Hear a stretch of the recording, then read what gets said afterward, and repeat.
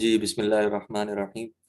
تو ہم اس حدیث کے بارے میں بات کر رہے تھے، تو ہم نے پڑھا تھا کہ اب دیکھیں اس حدیث میں جو فرقے کا لفظ آیا ہے، فرقہ کا لفظ آیا ہے، اس کو اچھی طرح ہمیں سمجھ لینا چاہیے۔ ہم عام طور پر جو ہم نے مذاہب پڑھے ہیں چار، ہم یہ سمجھتے ہیں کہ یہ بھی فرقے ہیں۔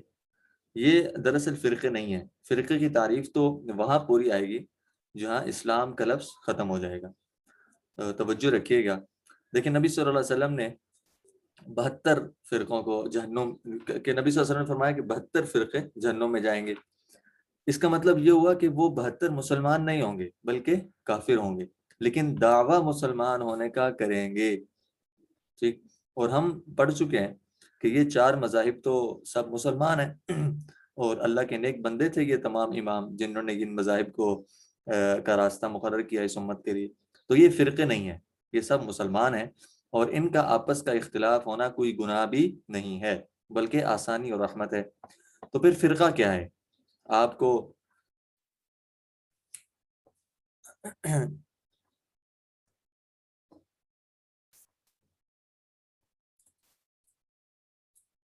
پھر یہ اسکرین میں تھوڑا سیٹ کرنا چاہ رہا ہوں، اللہ کرے یہ ہو جائے۔ جی ہاں، یہ اسکرین سیٹ ہو گیا۔ اس حدیث کو آپ نظر میں رکھیے اور ایک دفعہ اس کو وورڈ سے پڑھ بھی لیجئے۔ تو آپ کو یاد ہوگا ہم نے ایک تقسیم پڑھی تھی چند دن پہلے، جس میں ہم نے کہا تھا کہ تعلیمات دو طرح کی ہیں۔ ایک وہ جن میں سوچنے کی گنجائش ہے، اور دوسری وہ جن میں سوچنے کی گنجائش نہیں ہے۔ یہ میں بورڈ پر دوبارہ چارٹ لانے کی کوشش کرتا ہوں۔ جی ہاں، یہ آپ کے سامنے شیئر ہو چکا ہے۔ تو ہم نے کہا تھا جو دو طرح کی تعلیمات ہیں، ایک جس میں سوچنے کی گنجائش ہے اور دوسرا جس میں گنجائش نہیں ہے۔ اب ان 72 فرقوں میں سے کسی فرقے کا وجود تب ہوگا، یا اس گروہ کو یا کسی بھی گروہ کو فرقہ کب کہا جائے گا؟ ٹھیک ہے، اس گروہ کو فرقہ کہا جائے گا جو اس پہلی قسم میں سے، یعنی ان تعلیمات میں سے جن میں سوچنے کی گنجائش نہیں ہے، اگر دیکھیں اگر کوئی فرد یا اگر کوئی گروہ یا جماعت اس میں سے، یا یہ پہلی تقسیم پہلی قسم میں سے، یا اس جیسی دوسری تعلیمات کا انکار کرے گا تو وہ فرقہ بن جائے گا، کیونکہ اب وہ مسلمان ہی نہیں رہا، اس کے عقائد اس کے بلیفز ہی میں بگاڑ آ چکا ہے۔ مثلا ایک گروہ ہے قادیانی، جن کو کہتے ہیں قادیانی کہتے ہیں، جو ہم عام طور پر جانتے ہیں ایک قادیانی ایک جماعت ہے۔ تو میں نام اس لیے دے رہا ہوں تاکہ بات اچھی طرح سمجھ آ جائے۔ ہمیں اپنے عقائد کا صحیح علم ہونا اور اس پر ثابت قدم رہنا بہت ضروری ہو گیا ہے۔ تو یہ قادیانی ایک گروہ ہے، ان نے ایک بات کا انکار کیا، مثال کے طور پر کہ نبی صلی اللہ علیہ وسلم آخری نبی نہیں ہے۔ حالانکہ اس بات پر ایمان لانا کہ نبی صلی اللہ علیہ وسلم آخری نبی ہیں میرے اور آپ کے ایمان لانے کا حصہ ہے۔ ایمان مکمل ہی تب ہوگا جب اس کا اقرار کریں گے کہ نبی صلی اللہ علیہ وسلم آخری نبی ہیں، اور آپ صلی اللہ علیہ وسلم کے آخری نبی ہونے پر ایمان لانا یہ پہلی قسم میں سے ہے جس کے اندر سوچنے کی گنجائش بالکل بھی نہیں ہے۔ تو جو گروہ ایسی تعلیمات کا انکار کرے گا جن تعلیمات کا تعلق اس پہلی قسم میں سے ہے، وہ گروہ اب ایمان والا نہیں ہے۔ ٹھیک، اللہ ہے کہ وہ توبہ کریں اور دوبارہ اپنے عقائد اور اپنے بلیفز کو درست اور اسلامی عقائد کے مطابق کر لیں۔ تو اور لیکن وہ گروہ دعویٰ کرتا ہے کہ ہم مسلمان ہیں۔ اب قادیانی دعویٰ کرتے ہیں کہ ہم مسلمان ہیں، بلکہ وہ تو کہتے ہیں کہ ہم سے بڑھ کے کوئی مسلمان ہی نہیں، اور وہ ہمیں نان مسلم کافر قرار دیتے ہیں۔ تو یہ پہلی تعلیمات، یہ پہلی تقسیم ہے جس پر ایمان لانا ضروری ہے۔ جو گروہ ان پہلی تقسیم کا انکار کرے گا اور خود ایمان لانے کا اور مسلمان ہونے کا دعویٰ بھی ساتھ کرے گا تو وہ مسلمان نہیں ہے، اور وہی ان فرقوں میں شامل ہے جس کا اعلان اللہ کے نبی صلی اللہ علیہ وسلم نے کر دیا تھا 72 فرقوں کے نام سے۔ اس لیے ہم اچھی طرح اس بات کو سمجھ لیں کہ آج کل ہمارے لوکل میں بھی کچھ جماعتیں ہیں، ان کے بارے میں بھی ہم اپنا کانسیپٹ کلیئر کر لیں۔ مثلا بریلوی، دیوبندی، سنی، اہل سنت، اہل الحدیث، یا اور کوئی بھی ایسی جماعت جو اس پہلی قسم میں سے ہے، کسی بھی تعلیمات کا اضافہ اس پہلی قسم میں سے کسی بھی تعلیمات کا انکار نہیں کرتی۔ اب یہ جتنے گروہ کا ابھی میں نے نام لیا، یہ عمومی طور پر جنرلی پہلی قسم میں سے کسی تعلیمات کا انکار نہیں کرتی، الا یہ کہ کوئی فرد یا کوئی خاص بات ہو جو پہلی قسم میں کیونکہ ایسی گروہ ہیں جن کا میں ابھی آپ کے سامنے کچھ کلیئر کرتا ہوں اس کانسیپٹ کو. بہت غور سے سننے کی بات ہے. اس کو نہ سمجھنے کی وجہ سے بہت غلط فہمیاں عوام کے اندر پھیل چکی ہیں. اب یہ جو چند گروہ ہیں ان جن کا میں نے نام لیا ابھی، یہ پہلے قسم میں سے کسی بھی تعلیمات کا انکار نہیں کرتی، ٹھیک ہے، بلکہ ایمان لاتی ہیں ان پر اور اقرار کرتی ہیں. تو اب یہ فرقہ نہیں ہے. یہ جو جتنے گروہ میں نے ابھی نام لیے یہ بھی فرقہ نہیں ہے، ٹھیک ہے. وہ ہم تو ان کو اتنا آپس میں اختلاف اور آپس میں لڑائیاں اور نفرتیں ایسی پھیل گئی ہیں کہ ہم ہر دوسرے گروہ کو اور فرقے کو جہنمی قرار دے رہے ہیں. دیکھیں وہ یہ جو جن فرقوں کے میں نے ابھی نام لیے، مثلا اہل سنت ہیں، اہل الحدیث ہیں، دیوبندی ہیں، سنی ہیں اور اس طرح کے گروہ ہیں، یہ سارے نبی اور صحابہ ہی کے طریقے پر ہیں. لیکن شرط کیا ہے؟ شرط اس شرط کے ساتھ کہ ان میں عقائد کی اور بلیفز کی خرابیاں یا بدعات نہ پائی جاتی ہوں. ہم انشاءاللہ نبوی زندگی کے اصول میں، جیسے میں نے پہلے بھی ذکر کیا تھا، نبوی زندگی کے اصول میں سنت، بدعت اور اجتہاد کے فرق کو بہت تفصیل سے پڑھیں گے. تو ما انا علیہ و اصحابی کون سا گروہ ہے؟ یعنی وہ جو نجات پانے والا گروہ ہے وہ کون سا گروہ ہے، یا وہ کون سی جماعت ہے؟ اہل سنت کون لوگ ہیں؟ اس بارے میں بحث انشاءاللہ ہم آگے جا کے کریں گے عید کے بعد والی کلاسز میں انشاءاللہ. تو فی الحال آپ اتنا سمجھ لیں کہ جو ہم نے 4 مذاہب پڑھے ہیں، نہ تو وہ ان فرقوں سے 72 فرقوں سے نہ تو وہ مراد ہیں، اور نہ آج کل ہمارے ہاں یہ جو لوکل جماعتیں پائی جاتی ہیں، چھوٹی چھوٹی جماعتیں، گروہ یا مختلف گروپس ہیں جنہوں نے اپنے آپ کو کچھ نہ کچھ نام دیے ہوئے ہیں پہچان کے لیے، یہ بھی فرقے نہیں ہیں. فرقے وہ ہیں جو جہنمی ہیں. 72 فرقے وہ ہیں جو جہنمی ہیں، وہ اسلامی عقائد کے بالکل خلاف ہیں، اور وہ گروہ ہیں یا وہ جماعتیں ہیں جو اس پہلی قسم کی تعلیمات کا انکار کرتی ہیں، یا ان کے اندر کچھ ایسی بدعات اور خرابیاں پائی جاتی ہیں جن کے ذریعے سے اسلام کے عقائد بگڑ جاتے ہیں اور خراب ہو جاتے ہیں. تو وہ مسلمان ہیں. اب یہ جتنے باقی گروہ ہیں یہ سب مسلمان ہیں، اور سب مسلمان آپس میں ایک ہیں، ٹھیک ہے. شرط کیا ہے؟ شرط یہ ہے کہ اس پہلی تقسیم کی تعلیمات کا انکار نہ ہو. اب اسی طرح کی جتنی بھی جماعتیں ہیں وہ مسلمان ہیں، وہ جتنی بھی ہیں. ہم یہ سمجھتے ہیں کہ نبی نے جو 72 فرقے بتائے تھے یہ بریلوی یا دیوبندی ہونا انہی کا حصہ ہے. ایسی بات نہیں ہے. امید ہے آپ کو یہ بات سمجھ آ چکی ہوگی. میں اس کو مزید تفصیل نہیں دینا چاہتا. میں ان جماعتوں کے اس لیے نام لے رہا ہوں کہ ٹاپک ہی یہ ہے. اگر اس میں بھی نام نہ لیا جائے، اس ٹاپک میں بھی، اس ڈسکشن میں بھی ان جماعتوں کا نام نہ لیا جائے اور بات نہ سمجھ سکیں ہم، تو پھر کب سمجھیں گے اور کب ہمیں اس بات کا فائدہ ہوگا. اب فرقے والی بات بھی کلیئر ہو گئی، ٹھیک ہے. آئندہ ہم ان جماعتوں کو فرقہ نہ کہیں، نہ ہی کسی کو جہنمی کہیں، اور نہ ایک دوسرے پر فتوے لگائیں کفر کے. ہمیں یہ حق حاصل نہیں ہے. یہ وقت ایک دوسرے کے ساتھ مل کر چلنے کا ہے. یہ زمانہ ایک دوسرے کے ساتھ جڑ کر چلنے کا ہے، ایک دوسرے کے ساتھ تعلق قائم کرنے کا ہے. ایک اب بات یہ رہ جاتی ہے کہ کیا ان جماعتوں کا جو وجود ہوا ہے، مختلف جماعتوں کا وجود ہوا ہے، کیا ایسا ان جماعتوں کا وجود ہونا چاہیے تھا یا نہیں ہونا چاہیے تھا؟ میں فرقوں کا نام نہیں لے رہا، جماعتوں کا نام لے رہا ہوں جو کہ سب مسلمان ہیں، ٹھیک ہے. فرقے ان کو کہنا درست نہیں ہے. اس کا جواب یہ ہے، دیکھیں سوال کیا ہے کہ یہ جو جماعتیں قائم ہوئیں، مثال کے طور پر سنی ہیں، کچھ اپنے آپ کو بریلوی کہتے ہیں، کچھ دیوبندی کہتے ہیں، کچھ اہل سنت کہتے ہیں، یا کچھ اس طرح کی جماعتیں، کہ ان کا وجود کیسے ہوا اور کیا ان کا وجود ہونا چاہیے تھا یا نہیں؟ اس کا جواب یہ ہے کہ ہونا نہیں چاہیے تھا.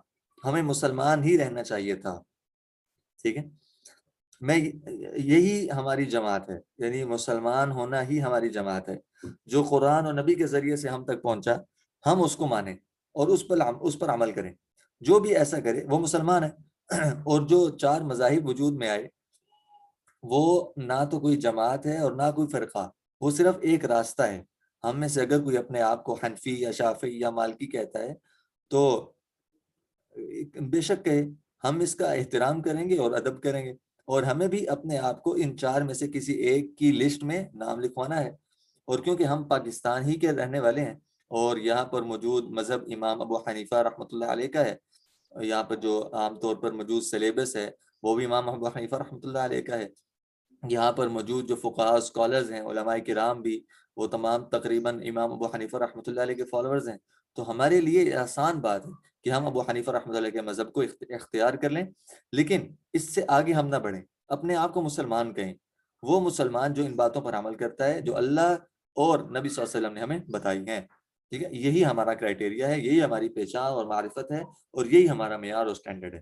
دیکھیں اس وقت کا تقاضا، اس وقت کا مطالبہ اور ضرورت یہ ہے کہ ہم سب جن کو مسلمان کہا جاتا ہے، جو فرقوں میں شامل ہی نہیں، ٹھیک ہے، فرقوں میں شامل نہیں، وہ جو جن کو مسلمان کہا جاتا ہے، جو پہلی قسم کا انکار نہیں کرتے، ہم سب کو چاہیے، ٹھیک ہے، ہم سب جس مذہب کے ہوں، جس جماعت یا گروہ کے ہوں، مل کر چلنے کا وقت ہے، مل کر چلنے کی کوشش کرنی چاہیے۔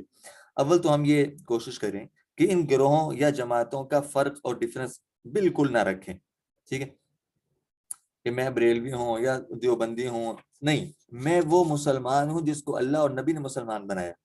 اللہ نے میرے اور آپ کے لیے مسلمان کا لفظ پسند کیا ہے، ہوا سماکم المسلمین، اللہ فرما رہے ہیں کہ اللہ نے تمہارا نام مسلمان رکھا ہے، اللہ نے تمہارا نام مسلمان رکھا ہے، اور اگر میں اس جماعت یا گروہ کا حصہ ہوں، ٹھیک ہے، کسی بھی، چاہے بریلوی ہوں یا دیوبندی ہوں یا اور کسی جماعت، اور تو میں نے دیکھیں بات یہ ہے، اس فرق کو ختم کرنے کی کوشش کروں۔ اگر میں جماعت نہیں چھوڑ سکتا یا گروہ نہیں چھوڑ سکتا تو کم از کم ڈفرنس تو ختم کروں نا، اپنے آپ کی پہچان تو مسلمان ہی کرواؤں، بجائے اس کے کہ میں اپنے فرقے اور گروہ کی پہچان کرواؤں یا دوسروں کو اس کی دعوت دوں۔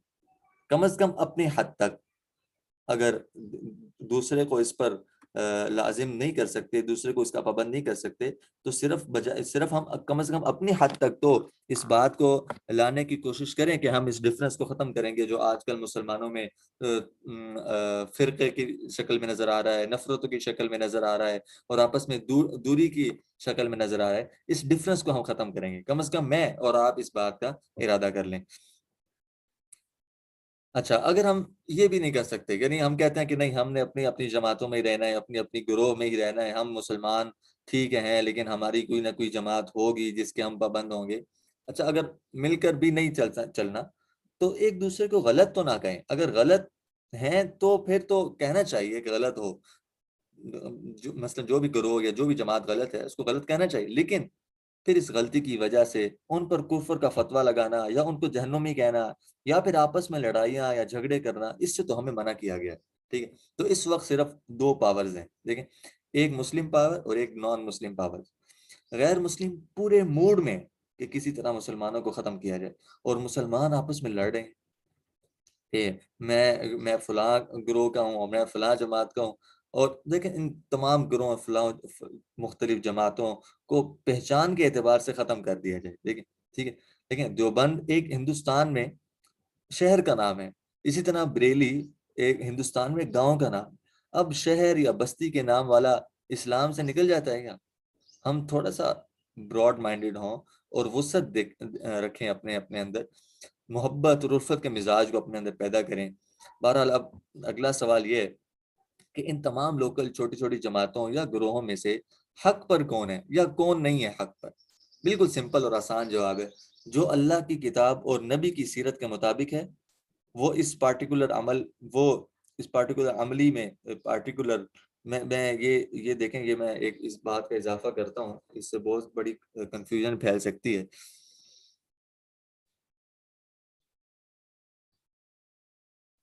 دیکھیں حق پر کون ہے، جو بھی اللہ کی کتاب اور نبی صلی اللہ علیہ وسلم کی سیرت کے مطابق عمل کر رہا ہے وہ حق پر ہے، لیکن صرف اس عمل کے اندر، اس کام کے اندر جس کے اندر وہ اللہ اور نبی صلی اللہ علیہ وسلم کے حکم کے مطابق ہے۔ یہ نہیں کہ مطلقاً کسی کو جنرلی کسی کو کہا نہیں جا سکتا کہ بھئی تم 100% حق پر ہو سکتا ہے جس عمل کو وہ کر رہا ہو اس میں تو وہ بالکل صحیح ہو، لیکن کسی دوسرے عمل میں وہ بالکل غلط ہو۔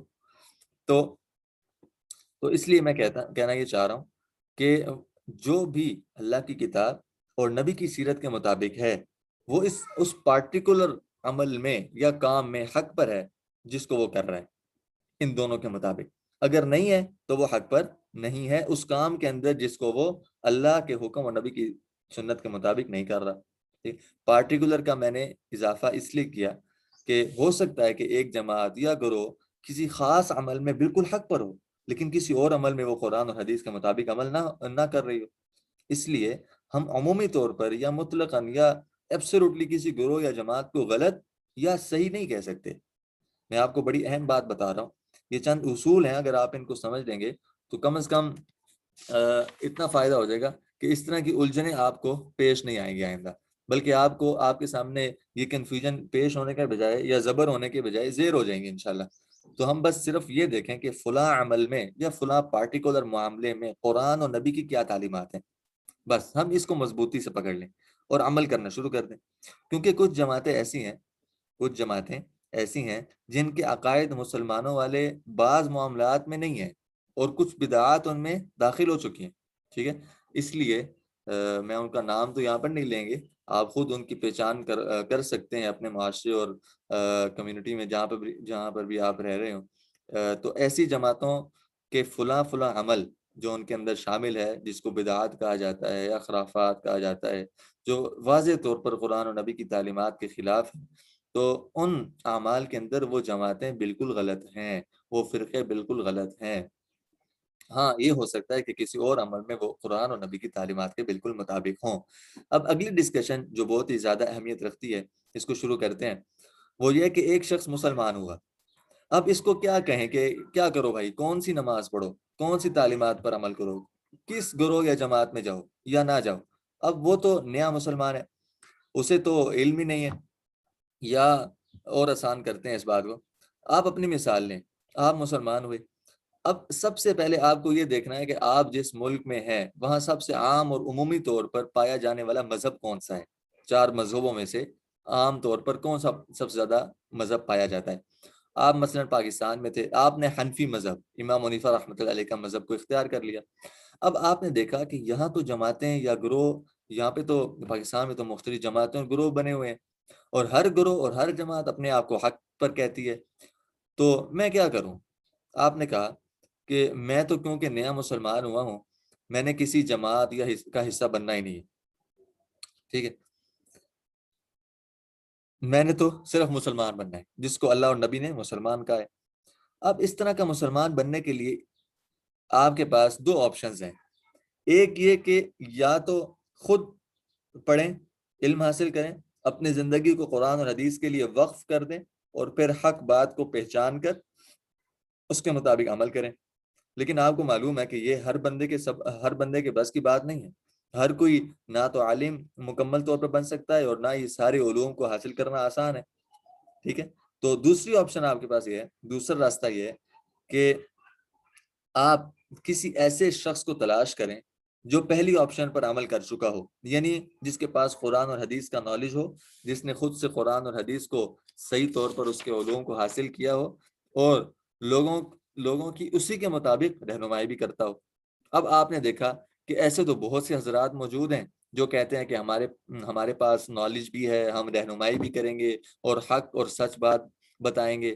پھر آپ نے غور کیا تو مسئلہ یہ ہوا کہ مثلاً جس شہر میں آپ رہتے تھے وہاں 50 ایسے حضرات موجود تھے جو عالم اپنے آپ کو کہتے تھے مثال کے طور پر، اور ان 50 میں سے ہر کوئی اپنے آپ کو حق اور دوسرے کو غلط کہتا تھا، ٹھیک؟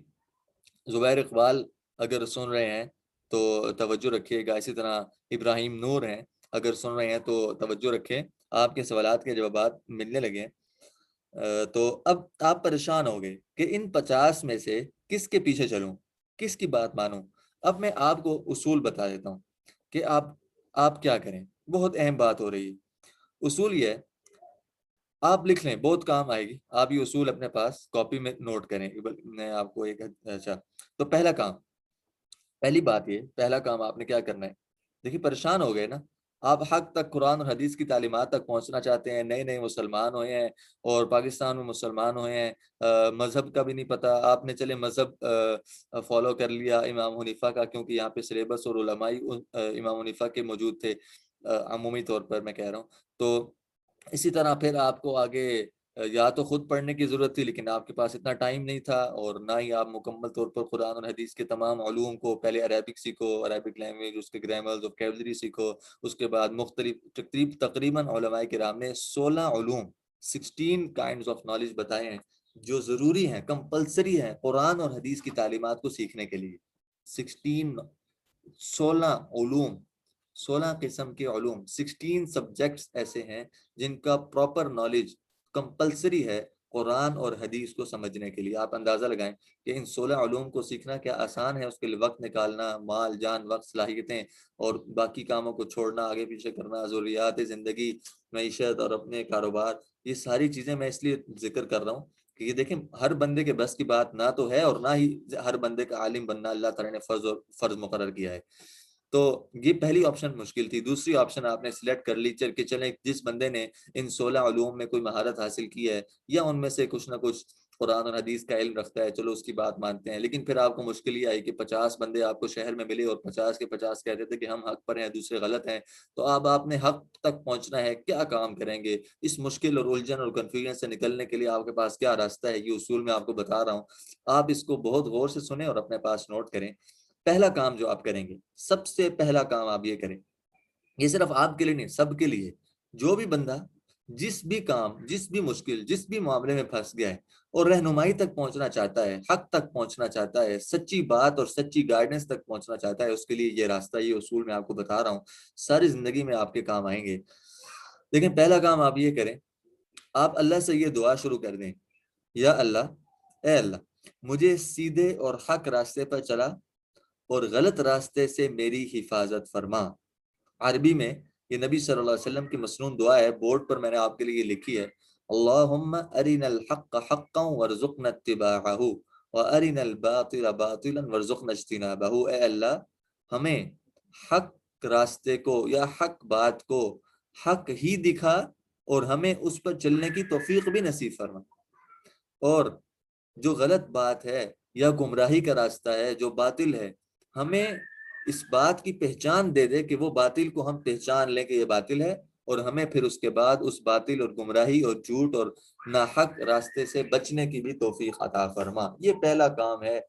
اللہ کرے، کیونکہ ابھی تو ہمارا اس ٹاپک، اس دعا کی تفصیل میں جانا کا تو ٹائم نہیں ہے ہمارے پاس، کسی دن انشاءاللہ کلاس میں اس بارے میں بات کریں گے۔ بہرحال آپ کسی بھی صحیح عالم سے اس دعا کا مسنون طریقہ اور اس کا ترجمہ اور اس کی تفصیل اور اس کی تشریح میں جو محدثین نے زبردست پوائنٹس اور باتیں کی ہیں وہ آپ ضرور پڑھیے گا یا کسی سے اس کے بارے میں پوچھیے گا۔ بہرحال یہ دعا صحیح تلفظ کے ساتھ آپ یاد کریں اور اس کو ریگولر پڑھنا شروع کر دیں۔ جب بھی آپ کو کوئی مسئلہ پیش آئے فوراً یہ دعا پڑھیں، اس کو یاد کر لیں۔ یہ پہلا کام ہے جو میں نے اور آپ نے آج سے ہی شروع کرنا ہے۔ جب بھی دو یا دو سے زیادہ راستے نظر آئیں اور آپ کو معلوم نہ ہو کہ سیدھا اور حق کیا ہے، چاہے دنیاوی کاموں میں فوراً، چاہے دنیاوی کاموں میں یا دینی کاموں میں، کسی طرح بس ہم نے فوراً یہ دعا پڑھنا شروع کر دینی ہے۔ یہ پہلا کام ہے، ٹھیک ہے۔ دوسرا کام یہ کہ آپ کے دل میں اخلاص ہو، آپ کے دل میں اخلاص کا ہونا بہت ضروری ہے، ٹھیک ہے۔ حق، اخلاص سے کیا، اخلاص سے مراد حق کی تڑپ ہو آپ کے اندر، دو نمبری نہ ہو، اپنے خواہشات پر چلنا نہ ہو، دل کی چاہتوں کو ترجیح دینا مقصود نہ ہو، بلکہ حق کی طلب ہی نہیں بلکہ حق تک پہنچنے کی تڑپ ہو آپ کے اندر۔ میں تڑپ کا لفظ استعمال کر رہا ہوں، طلب کافی نہیں ہے، تڑپ ہونی چاہیے، حق تک پہنچنے کی تڑپ ہو۔ یہ دوسری دو شرطیں ہیں حق تک پہنچنے کے لیے، یہ دو شرطیں آپ کے، صرف یہ دو کام ہیں۔ آگے اللہ کیا کام ہے، اللہ کا کیا کام ہے وہ بھی میں آپ کو بتاتا ہوں۔ یہ دونوں کام میں نے آپ کے لیے بورڈ پہ لکھے ہیں۔ پہلا کام کیا ہے؟ حق ڈھونڈنے کی دعا، یہ جو میں نے پچھلے بورڈ پہ اسکرین پہ شیئر کی، اللہم ارنا الحق حقا وارزقنا اتباعہ، یہ والی دعا۔ اور دوسرا کام، حق ڈھونڈنے کی تڑپ ہونی چاہیے آپ کے اندر، اخلاص ہونا چاہیے، دو نمبری نہیں ہونی چاہیے، ٹھیک ہے۔ آپ خود سمجھ جائیں گے، آپ کو حق تک پہنچنے، رہنمائی حاصل کرنے کی سچی تڑپ ہوگی تو یہ دو کام جب آپ کریں گے تو پھر اللہ کیا کریں گے وہ بھی میں آپ کو بتاتا ہوں۔ دیکھیں آگے میں شیئر کرتا ہوں، یہ آیت ہے، اللہ تعالیٰ فرماتے ہیں وَيَهْدِي إِلَيْهِ مَن يُنِيبُ، اللہ فرما رہے ہیں اللہ تعالیٰ اس کو ہدایت دیتا ہے جو اللہ کی طرف رجوع کرتا ہے۔ آسان الفاظ میں، جو شخص اللہ کی طرف متوجہ ہو جاتا ہے اللہ تعالیٰ اس کی رہنمائی فرماتے ہیں۔ جو شخص اللہ تعالیٰ کی طرف، اللہ تعالیٰ سے ہدایت اور رہنمائی مانگتا ہے اللہ تعالیٰ اس کی رہنمائی فرماتے ہیں۔ جو شخص اللہ تعالیٰ سے حق طلب کرتا ہے اللہ تعالیٰ اس کو حق کا راستہ دکھاتے ہیں، ٹھیک ہے۔ اب ایک آیت یہ ہوگی۔ اگلی آیت آپ دوبارہ دیکھیں، الیس اللہ بکاف عبدہ، اللہ فرما رہے ہیں کیا اللہ اپنے بندے کو کافی نہیں ہے، کیا اللہ اپنے بندے کو کافی نہیں ہے۔ اب آپ نے دو کام کیے، ٹھیک ہے، پہلا کام کیا کیا، حق تک پہنچنے کی دعا شروع کر دی، دوسرا کام کیا کہ آپ کے اپنے اندر حق تک پہنچنے کی سچی، خالص اور صحیح تڑپ پیدا کر دی، یہ دو کام آپ نے کیے، اللہ نے آپ کو ہدایت دے دی، یہ پکی بات ہے، اگر آپ نے یہ دو کام کر لیے اللہ تعالیٰ آپ کو ہدایت ضرور دیں گے۔ الیس اللہ بکاف عبدہ، کیا اللہ اپنے بندے کو کافی نہیں ہے، آپ نے اللہ سے ہدایت مانگی اور اللہ کافی نہیں ہے کہ آپ کو ہدایت تک اور رہنمائی تک پہنچانے کے لیے۔ اور دوسری وَيَهْدِي إِلَيْهِ مَن يُنِيبُ، آپ نے اللہ کی طرف رجوع کیا اور متوجہ ہوئے، کیا اب اللہ تعالیٰ فرما رہے ہیں کہ اللہ تعالیٰ تو ایسے بندے کو ہدایت اور رہنمائی ضرور فرماتے ہیں۔ اب اگر آپ کو سیدھا راستہ نہیں مل رہا، آپ حق تک نہیں پہنچ پا رہے، تو سمجھ لیں کہ آپ نے ان دو کاموں کو نہیں کیا، یا اگر کیا ہے تو تسلسل سے نہیں کیا، کنسسٹنسی سے نہیں کیا، ثابت قدمی سے نہیں کیا، استقامت کے ساتھ نہیں کیا، کیونکہ اللہ کی بات میں تو کوئی شک ہو ہی نہیں سکتا۔ اللہ فرما رہا ہے کہ جو حق چاہے گا اسے ملے گا۔ اب اگر مجھے مل رہا ہے، ٹھیک ہے، تو مطلب ہے کہ میں چاہتا ہوں کہ حق تک پہنچنا، اور اگر مجھے حق اور رہنمائی اور ہدایت نہیں مل رہی تو مطلب ہے کہ میں حق اور رہنمائی تک پہنچنا ہی نہیں چاہتا۔ ایک بات یہ بھی سمجھ لیں کہ میں نے جو حق تک پہنچنا ہے اپنی صلاحیت کے مطابق نہیں پہنچنا، یہ جو ہم نے کہا نا حق تک پہنچنا، رہنمائی حاصل کرنا، ہدایت کو حاصل کرنا، کسی مسئلے میں صحیح علم تک پہنچنا، یہ اپنی صلاحیت کے مطابق نہیں بلکہ جیسے حق ہے اسی تک پہنچنا ہے، جیسا بھی ہے۔ دیکھیں اگر مجھے کوئی بات پہلے غلط پتہ تھی تو ہو سکتا ہے کہ میں غلط سمجھا ہوں، یا مجھے کسی نے غلط سمجھائی ہو یا غلط بتائی ہو، لیکن اگر میں حق کی طلب میں لگا ہوا ہوں تو بہت جلد مجھے سچی بات بھی معلوم ہو جائے گی، چاہے مجھے پہلے غلط پتہ تھی۔ اس کی مثال سن لیں، دیکھیں آپ نے موٹر وے پہ جانا ہے، اگر آپ کو کوئی موٹر وے کے رولز اینڈ ریگولیشنز، ٹھیک ہے، غلط بتاتا ہے یا غلط سکھا دیتا ہے، تو کیا پولیس اگر آپ کو روکتی ہے کسی بھی خلاف ورزی پہ، تو آپ کے اس عذر کو پولیس قبول کرے گی کہ اوہو آپ کے ساتھ تو دھوکا ہو گیا اور آپ کو تو کسی نے غلط رولز بتا دیے، اس لیے ہم آپ کا جو ہے نا اس دفعہ جرمانہ نہیں کرتے، اگلی دفعہ آپ صحیح rules and regulations and terms and conditions motorway کی تمام اصول و ضوابط کو صحیح سیکھ کے آئے گا، آئندہ پھر ہم آپ کا جرمانے کریں گے، اس دفعہ آپ کو معاف کر دیتے ہیں کیونکہ آپ کو تو کسی نے غلط پڑھا دی ہے، ٹھیک ہے۔ یا اگر آپ یہ کہیں پولیس والے کو کہ بھائی اب جتنی کوشش میں کر سکتا تھا یا جتنی صلاحیت اور کیپیبلٹی مجھ میں تھی میں تو اسی کے مطابق رول سیکھ سکتا تھا نا موٹر وے کے، اس لیے اس دفعہ میرا جرمانہ نہیں ہونا چاہیے، تو ایسی بات نہیں ہے۔ دیکھیں اجتہاد صحابہ نے کیا اور پھر بعد کے علماء نے اجتہاد کیا، ٹھیک ہے، اور آج بھی جو اجتہاد کرنے کی صلاحیت رکھتے ہیں، نئے مسائل یا مسئلوں کے اندر اجتہاد کیا جا رہا ہے، اور ہر کوئی کیپیبلٹی ہی اپنی صلاحیت ہی کے مطابق اجتہاد کر رہا ہے، اور اس میں تو ان کو گنجائش مل جائے گی کہ کوئی گناہ نہ ہوگا چاہے غلط بھی اجتہاد کریں، لیکن جو تعلیمات ہم تک پہنچ چکی ہیں، جو تعلیمات بالکل پکی اور یقینی ہیں اور بالکل واضح ہیں، ان کو اب معلوم کر کے عمل کرنا میرے اوپر اللہ نے فرض کر دیا ہے۔ اب مجھے اپنی صلاحیت نہیں دیکھنی کہ میں کتنا علم حاصل کر سکتا ہوں، نہیں، بس مجھے معلوم کرنا ہے جس طرح صحیح بات ہے اس تک پہنچنا ہے، اپنی صلاحیت کے مطابق نہیں بلکہ یہ دیکھنا ہے کہ وہ صحیح بات ہے کیا، ٹھیک ہے۔ اور اب میرا یہ عذر قبول نہیں ہوگا کہ علماء آپس میں لڑتے ہیں، یا علماء میں تو آپس میں اختلاف ہے، یا میرے اندر تو اتنی زیادہ صلاحیت ہی نہیں ہے، یا مجھے کسی نے غلط بتا دیا تھا، یا میرے اندر جتنی صلاحیت تھی اسی کے مطابق میں نے علم حاصل کر لیا، یا پھر ہمیں تو پتہ ہی نہیں ہے کہ صحیح بات کیا ہے، صحیح مذہب کون سا ہے، صحیح فرقہ کون سا ہے، صحیح گروہ کون سا ہے، بھئی ہم عمل کیسے کریں، ہم اتنی مشکل سے مسجد میں آتے ہیں، مسجد میں دیکھتے ہیں تو جمعہ پڑھانے والے آپس میں لڑائیاں کروا رہے ہوتے ہیں، کوئی بات کہتا ہے، دوسرا عالم کوئی بات کہتا ہے، ہم کیسے سمجھیں، تو اب یہ ہمارا عذر قبول نہیں ہوگا۔ اب میرے اور آپ تک اور آپ کے ذریعے سے جس تک یہ بات پہنچتی ہے، یہ بات ہم تک پہنچ چکی کہ ہم نے اگر حق راستہ اختیار کرنا ہے تو یہ دو کام ہمیں کرنے ہوں گے، ان دو کاموں کو کرنے کے بعد ہمارے پاس اب کوئی عذر نہیں ہے اس بات کا کہ ہم کس کیسے رہنمائی حاصل کریں اور کس سے ہدایت حاصل کریں اور کس طرح صحیح راستے پر چلیں، کس طرح صحیح جماعت یا گروہ کا حصہ بننا ہے یا نہیں بننا، ان باتوں کا ابو ذر ہمارے پاس قابل قبول اللہ کے ہاں نہیں ہوگا۔ بہرحال اگر آپ حق کی طلب کریں گے تو آپ کو ضرور پتہ لگ جائے گا کہ حق کہاں ہے، کس جماعت میں ہے، کس گروہ میں ہے بھی یا نہیں ہے، اور اللہ تعالیٰ آپ کی رہنمائی خود فرمائیں گے، خود ہدایت تک آپ کو پہنچائیں گے۔ اور یہی معاملہ نان مسلمز کے ساتھ بھی ہے۔ اگر آپ کو کوئی غیر مسلم کہتا ہے کہ بھئی ہم حق پر ہیں، اور آپ کہتے ہیں نہیں ہم حق پر ہیں، تو آپ اس سے کہیں کہ بس یہ دو کام کریں۔ خدا کا اگر وہ اعتراف کرتا ہے، آج کل تو دہریہ پیدا ہو گئے جو بالکل خالق اور مالک ہی کا انکار کرتے ہیں، لیکن اگر کوئی نان مسلم ایسا ملتا ہے جو کم از کم خدا کا اعتراف کرتا ہے، تو آپ اس سے کہیں بھئی اللہ سے کم از کم اس بات کی دعا تو کرو کہ ہمیں سیدھے راستے تک پہنچا دیں، اور یہ بھی اپنے اندر اخلاص کے ساتھ حق کی تڑپ پیدا کر لو، تو خود پتہ لگ جائے گا کہ اسلام صحیح ہے یا کرسچینٹی ٹھیک ہے یا یہودیت ہے یا عیسائیت ہے یا کوئی اور مذہب ہے، تو آپ کو خود پتہ لگ جائے گا کہ صحیح مذہب اور صحیح ہدایت کس راستے کے اندر چھپی ہوئی ہے۔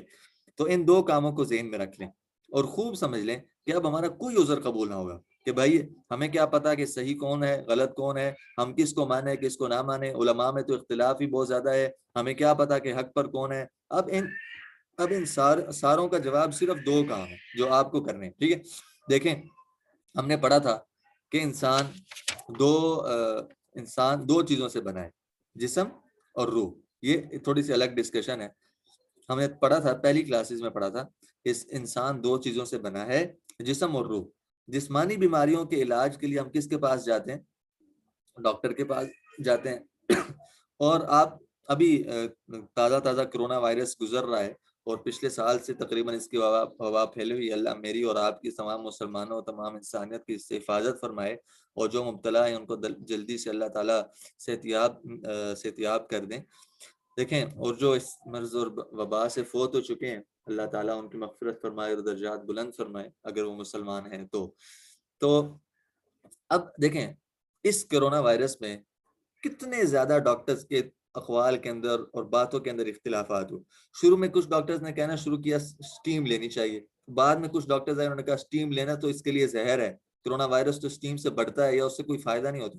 اچھا کچھ ڈاکٹرز کہتے تھے کہ اس کا علاج اس طرح کریں، کچھ کہتے تھے نہیں اس طرح کریں۔ اچھا ویکسین بنانے میں پھر اختلاف، کسی ملک والا کہہ رہے کہ نہیں ویکسین اس طرح بنے گی، کچھ اب یہ ڈاکٹرز میں اختلاف ہے۔ اور آپ اپنا پریکٹیکل لائف میں غور کریں، کتنی دفعہ کتنے مسائل کے اندر کتنی بیماریوں کے اندر ڈاکٹرز کے آپس کے اندر بہت زیادہ اختلافات ہوتے ہیں۔ اگر آپ نہیں مانتے تو آپ کم از کم سائنس تو پڑھی ہوگی نا آپ نے میٹرک تک۔ اب کتنی تھیوریز ایسی ہیں جو پہلے بالکل ایسی ثابت ہو چکی تھیں یقینی طور پر کہ بھئی اس میں کچھ شک ہے ہی نہیں، جیسے یہ قرآن اور حدیث کی آیت ہے، بس اس میں کوئی جھوٹ ہو نہیں سکتا، اور اس کے مطابق کتنے زیادہ تجربات کیے گئے اور کتنے لوگوں کو نقصان ہوئے اور کتنے لوگوں کو فائدہ بھی ہوا اس کی اغراض کی وجہ سے۔ تو وہی تھیوریز آج کے دن بالکل غلط ہیں، بالکل غلط ثابت ہو چکی ہیں، اور ان کی جگہ نئی تھیوریز آ چکی۔ تو یہ کیا ہے بھئی؟ یہ اختلاف ہی تو ہے۔ لیکن اب آپ بتائیں کیا دو ڈاکٹرز کے درمیان اگر اختلاف ہو جائے، ایک کہے کہ اس مرض کا علاج اس طرح ہوگا، دوسرا کہے بالکل اس کے اپوزٹ وے کہے کہ نہیں اس کا علاج تو اس طرح ہوگا، جو آپ بتا رہے ہیں اس طرح تو بالکل یہ مریض ہی مر جائے گا، تو آپ مجھے یہ بتائیں کہ کیا آپ ان دو ڈاکٹرز کے درمیان جو اختلاف ہوا اس کی وجہ سے اپنا علاج کروانا چھوڑ دیں گے یا کیا کریں گے؟ علاج تو کروائیں گے نا۔ اب آپ کو کیسے پتا چلے گا کہ ان دونوں ڈاکٹرز میں سے صحیح کون سا ہے؟ میں بتاتا ہوں کیسے پتا چلے گا۔ آپ کے اندر صحت حاصل کرنے کی تڑپ ہے، یہ صحت حاصل کرنے کی تڑپ آپ کو صحیح ڈاکٹر تک خود لے جائے گی، یہ کافی ہے۔ جی ہاں میں بات کر رہا ہوں، یہ مثال دے رہا ہوں آپ کو۔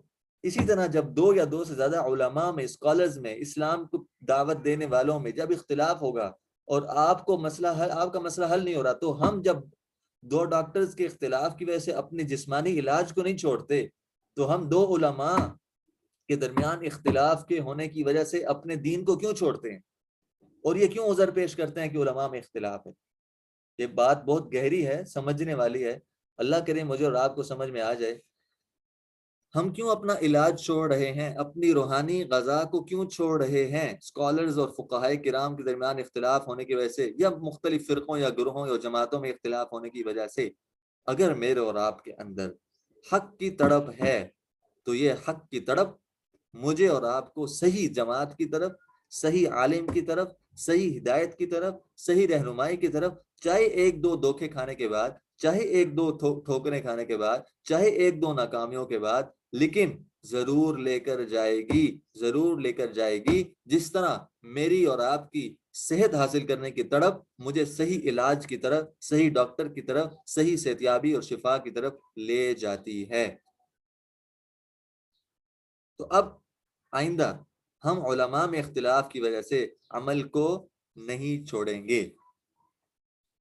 اب ایک مثال سن لیں کہ ہم اپنے دنیا میں جب دھوکہ نہیں کھاتے تو دین میں کیوں کھاتے ہیں۔ یہ ایک ہیڈنگ ٹائپ ہے، اس کو تھوڑا سا ڈسکس کرتے ہیں۔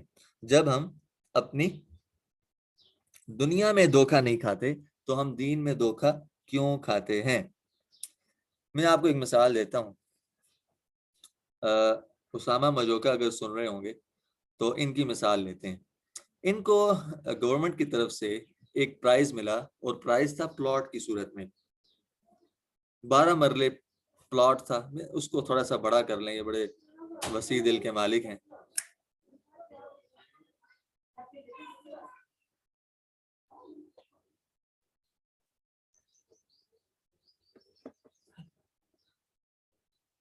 دروازہ بند کرو۔ اب ان کی مثال لیتے ہیں۔ دیکھیں، ان کو ایک پرائز ملا، پلاٹ تھا، وہ تھا 1 کنال کا۔ تو اچھا، 1 کنال کا پلاٹ ملا۔ اب اسامہ مجوکا صاحب کو نہ تو کسی پراپرٹی کا علم ہے، نہ ان کو زمین کی خرید و فروخت کا علم ہے، نہ ان کو، بلکہ ان کو تو جب 1 مرلہ 1 کنال کا پلاٹ ملا تو انہیں پہلی دفعہ معلوم ہوا کہ 1 کنال کے اندر کتنے مرلے ہوتے ہیں۔ ٹھیک ہے، مثال دے رہا ہوں، تھوڑی سی مزاحیہ مثال ہو سکتی ہے، ہو سکتا ہے کہ آپ بھی اس کو انجوائے کریں، کیونکہ آج کا ٹاپک بہت بورنگ یا بہت زیادہ ذہن کو کھانے والا تھا، اس لیے میں تھوڑا سا اس کو ایزی کرنا چاہتا ہوں۔ تو اسامہ مجوکا صاحب کو جب یہ پلاٹ ملا تو انہوں نے ڈسکس کیا، انہوں نے پہلے ڈھونڈا کہ پورے پاکستان میں پراپرٹی کا علم سب سے زیادہ کس کو ہے۔ ان کے سامنے 4 جو ہے نا ایکسپرٹس جسے کہتے ہیں، ماہر لوگ آئے، جن کو خوب ایکسپیرینس تھا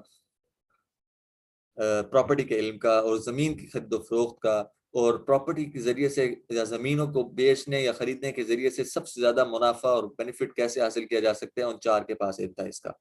تو انہوں نے ڈھونڈا، سرچ کیا، اچھا 4 بندے ان کو مل گئے پورا پاکستان میں جو ایکسپرٹ تھے اور ماہر تھے پراپرٹی کے علم کے اندر، نالج کے اندر۔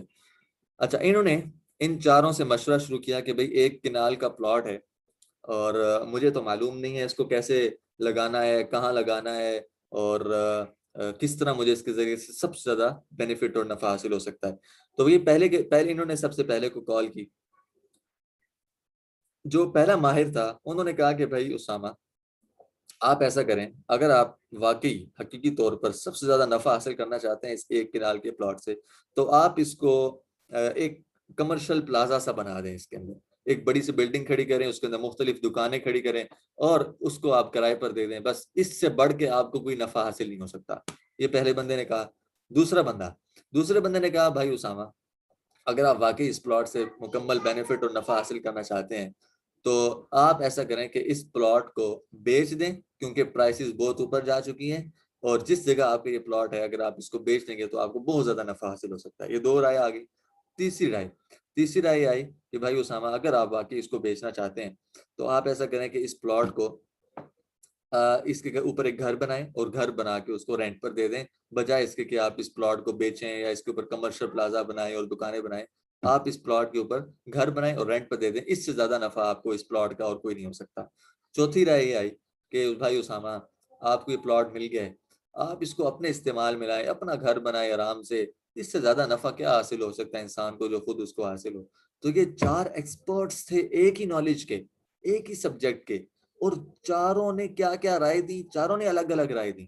پہلا کہتا ہے کہ اس کو کمرشل بناؤ، دوسرا کہتا ہے کہ اس کو رینٹ پر دو، تیسرا کہتا ہے کہ اس کو اپنے استعمال میں لاؤ، چوتھے نے اور رائے دی۔ حالانکہ ایک ہی بات پوچھی گئی، ٹھیک ہے، کہ نفع کیسے حاصل ہو سکتا ہے، سب سے زیادہ بینیفٹ اور کیسے حاصل ہو، تو چاروں بندوں نے جو ایک ہی ایک ہی لائن کے ماہر تھے، الگ الگ اراضی. اب اسامہ مجوکا صاحب پریشان ہوتے ہیں کہ بھئی میں کیا کروں، میرے پاس تو اس کا علم ہے نہیں، اب میں تو اپنی صلاحیت، اب میں بتاتا ہوں کہ اسامہ صاحب کیسے حق تک پہنچیں گے، کیسے سب سے زیادہ نفع. ان کو نا انجام نظر آ رہا ہے، ان کے سامنے ایک رزلٹ ہے، ان کے سامنے ایک فیوچر اور مستقبل ہے، وہ جو ان کو نظر آ رہا ہے.